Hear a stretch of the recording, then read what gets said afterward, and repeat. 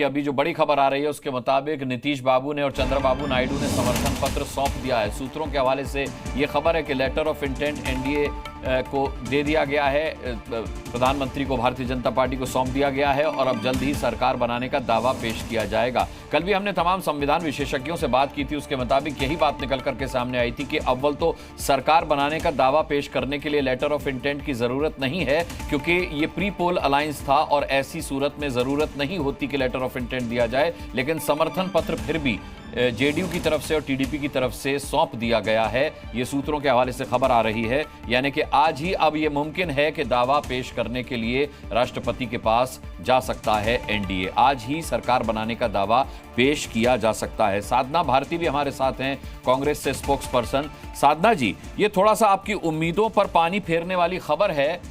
अच्छा, साधना अभी हमारे साथ नहीं जुड़ी हैं। के शर्मा जी, जिस तरीके से कंचना यादव कह रही थी कि भाई क्षेत्रीय राजनीति को खत्म किया था राष्ट्रीय राजनीति में नरेंद्र मोदी ने, यह जाहिर सी बात है कि 2014 में या 2000 खासकर 19 में बीजेपी अपने दम पर मैजिकल फिगर से इतने आगे निकल गई थी कि क्षेत्रीय दलों की जरूरत ही नहीं थी। आप साथ लेकर चले वो एक अलग बात है, लेकिन ममता बनर्जी का बयान आया है कि देखिए अहंकार ऐसा ध्वस्त हुआ है कि अब प्रधानमंत्री बने रहने के लिए क्षेत्रीय दलों के पैरों में गिरना पड़ेगा, जेडीयू और टीडीपी के पैर पकड़ने पड़ेंगे। समझ में नहीं आता कि उनकी भाषा क्या है। यहाँ तो नीतीश जी के साथ हो या चंद्रबाबू नायडू जी के साथ हो, चुनाव के पूर्व ही उनसे गठबंधन था और है और रहेगा भी। कंचना जी जिस जो है प्रदेश का उदाहरण दे रही थी, शायद उनके ज्ञान अधूरे हैं। उड़ीसा में वो हमारे कभी समर्थक नहीं रहे, हमारे साथ कभी अलायंस में बीजू जनता दल नहीं लड़ी है। वो हम हमेशा उनके विरोध में ही लड़े हैं और कांग्रेस भी वहाँ विरोध में लड़ती रही है। वहाँ कभी त्रिकोणीय मुकाबले हुए हैं और कभी जो है आमने सामने बीजू जनता दल और हम सीधे लड़े। लेकिन ज्ञान की कमी हो जाती है, नई नई अभी वो होंगी, राजनीति में आई हैं।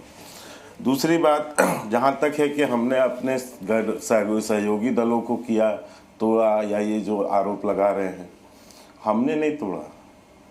हम तो 2014 में भी जब जीते तो हमने अपने सहयोगी दलों को पूर्ण बहुमत होने के बावजूद अपनी सरकार में उनको मंत्री का पद दिया। 2019 में भी जब हम 303 सीट लेकर आए तब भी हमने अपने सहयोगी दलों को मंत्रिमंडल में शामिल किया और सम्मान के साथ शामिल किया। तो हमने कभी क्षेत्रीय दलों के साथ में, हाँ, ये अनुभव इनको जरूर होना चाहिए कि जब कांग्रेस के साथ एक गठबंधन में थे और कांग्रेस अपना जब गठबंधन की जब सरकार बनाई तो इनको मंत्रिमंडल से बाहर किया। सपा को भी ये अनुभव आया होगा। सपा भी लेके समर्थन पत्र जो है, मुलायम सिंह जी और अमर सिंह जी समर्थन पत्र लेके घूम रहे थे 24 अकबर रोड के सामने, और सोनिया गांधी मिलने को लिए तैयार भी नहीं थी। अंत में मुलायम सिंह को बाहर खड़े होके मीडिया में घोषणा करना पड़ा कि वो बने, हमारा समर्थन पत्र ले या न ले, हम समर्थन देते हैं। तो पैर पकड़ने की स्थिति इन लोग की रही है जीवन भर। वही राजनीति इन लोगों ने किया, तो भाषा भी वही समझ में आएगी। खैर, जहाँ तक आज की परिस्थिति है अनुराग जी, बहुत स्पष्ट है। केंद्र में माननीय प्रधानमंत्री जी के नेतृत्व में तीसरी बार भारतीय जनता पार्टी सरकार बनाने जा रही है। वो भी माननीय एनडीए की सरकार बनेगी और वो भी माननीय श्री प्रधानमंत्री श्री नरेंद्र मोदी जी के नेतृत्व में। ठीक बात है, लेकिन कंचना यादव इतना भी गलत नहीं कह रही थी, क्योंकि क्षेत्रीय दलों के भरोसे अब सरकार बनेगी तो जाहिर सी बात है क्षेत्रीय दल अब बार्गेनिंग मोड में ज्यादा होंगे। खबर भी आई है कि 5 से 6 मंत्रालय नायडू मांग सकते हैं, 4 मंत्रालय जो है वो नीतीश कुमार मांग सकते हैं। इस पर बात हो सकती है? नहीं, कंचना जी ने जो उड़ीसा की बात की थी, मैंने उस पर कहा था। ठीक है, चलिए मैं लौटूंगा आपके पास। के शर्मा जी, जो हमने इस वक्त बड़ी खबर थी, मैं एक चीज बता दूं। एक बात, जो आप सहयोगी दलों की, जो सहयोगी दलों की आप कह रहे हैं, तो सहयोगी दल हमारे साथ 2014 में भी थे, 2019 में भी थे, मैंने आपको उदाहरण सहित बताया। और ये गठबंधन का दौर जो चल रहा है 2000 अटल जी के समय से, वो कंटिन्यू में है। तो पहली बार कोई सहयोगी दल थोड़ी ना साथ होंगे। नहीं, ये तो मैंने आपसे सवाल पूछते पर ही कहा था कि 2019 में बीजेपी अपने दम पर बहुमत का आंकड़ा पार कर गई थी, फिर भी आपने सहयोगी दलों को पूछा, उन्हें साधा, उन्हें पूरा सम्मान दिया। ये तो मैंने पहले भी कहा। कुछ सीटें बिल्कुल अनुराग जी, कुछ सीटें कम हुई हैं, इसमें कोई दो मत नहीं है। ये तो आंकड़े हैं, ये तो लोकतंत्र में होता है, कभी सीटें ज्यादा होती हैं, कभी कम होती हैं, लेकिन तीसरी बार प्रधानमंत्री नरेंद्र मोदी जी बन रहे हैं, इसमें तो कोई दो मत नहीं है। ठीक है, के शर्मा जी लौटता हूं। रविंद्र कुमार हमारे संवाददाता इस वक्त हमारे साथ हैं, उन पर इस बड़ी खबर पर बात कर लूं, फिर लौटता हूं बहस में। नीतीश और नायडू ने समर्थन पत्र सौंप दिया है। रविंद्र, कितनी उम्मीद है कि आज ही सरकार बनाने का दावा पेश किया जाए?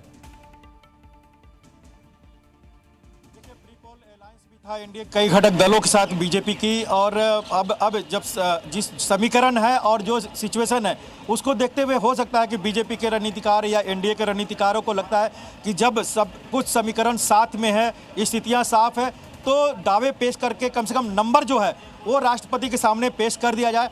तो जो जानकारी मिल रही है हमें सूत्रों से, एनडीए की जो बैठक चल रही है अभी एलकेएम में, वहाँ पर सभी घटक दलों ने समर्थन का पत्र दे दिया गया है, और अब से थोड़ी देर बाद हो सकता है कि एनडीए के जो तमाम बड़े नेता हैं वो राष्ट्रपति के पास जाएं। वैसे भी 8 बजे डिनर है आउटगोइंग कैबिनेट का, उसके पहले जो बड़े नेता हैं राष्ट्रपति के पास जाकर समर्थन का जो पत्र है और जो सरकार बनाने का दावा है उनके पास पेश कर दिया जा सकता है। एक संभावना ये जताई जा रही है सूत्रों के अनुसार, लेकिन प्री पोल अलायंस होने के बाद ये संभावना भी कम से कम बढ़ जाती है कि आपके पास संख्या कितनी है। लेकिन चूंकि आईएनडीए गठबंधन भी अपनी प्रयास कर रहा है, इस पूरे संशय की स्थिति को खत्म करने के लिए राष्ट्रपति के पास 272 से ज्यादा का आंकड़ा को पेश कर दिया जाएगा, इसकी संभावना है।